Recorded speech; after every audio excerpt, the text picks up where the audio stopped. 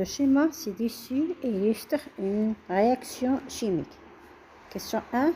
Indique le nom des réactifs et des produits. Les réactifs sont le méthane et le dioxygène. Les produits sont l'eau et le dioxyde de carbone. Question 2. Indique le nombre des molécules dans les réactifs et dans les produits. Pour les réactifs, il y a 4 molécules d'oxygène et 2 molécules de méthane. Pour les produits, il y a 4 molécules d'eau et 2 molécules de dioxyde de carbone. Question 3. Montre que les atomes se conservent au long de la réaction. Dans les réactifs, il y a 8 atomes d'oxygène et 2 atomes de carbone et 8 atomes d'hydrogène. Dans les produits, il y a la même chose. Il y a 8 atomes d'oxygène et 8 atomes d'hydrogène et 2 atomes de carbone. Pour la question 4, écrire l'équation de cette réaction. C'est la suivante.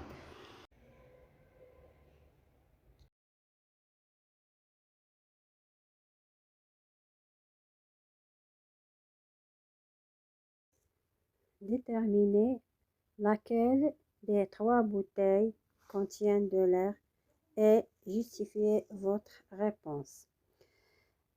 La bouteille numéro 3, c'est celle qui représente l'air car les molécules d'oxygène représentent 1/5 du volume d'air, tandis que les molécules de diazote représentent les 4/5 du volume d'air.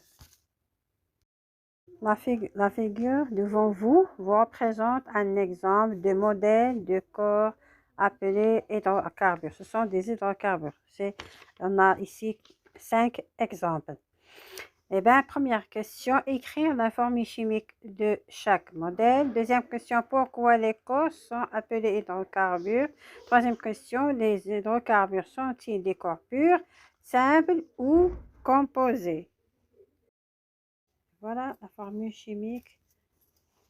Alif, on a CH4, B, C2H6, J, C4H10, D, C4H10, H, C3H8.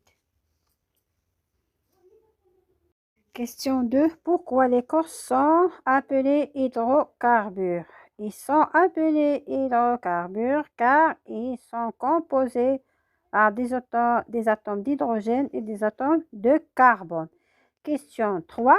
Les hydrocarbures sont-ils des corps purs, simples ou composés? Ils sont composés d'atomes carbone et d'atomes d'hydrogène. Nous brûlons du butane dans l'air. Question 1. Quel type de combustion justifie votre réponse? La combustion est complète car la flamme est bleue. Question 2. Quels sont les produits de cette combustion? Les produits de cette combustion sont de l'eau et dioxyde de carbone. Comment montrer qu'il y a ces produits? Nous mettons en évidence la présence de dioxyde de carbone dans la chaux boueuse. On met en évidence la présence d'eau en formant une brume sur les parois d'un récipient froid. Quel gaz a fait s'évanouir cette personne? C'est le gaz monoxyde de carbone de formule chimique CO. Regardez cette photo et mentionnez le danger que cette personne a pris en faisant le plein d'essence dans sa voiture. L'homme ne doit pas fumer à l'intérieur de station-service.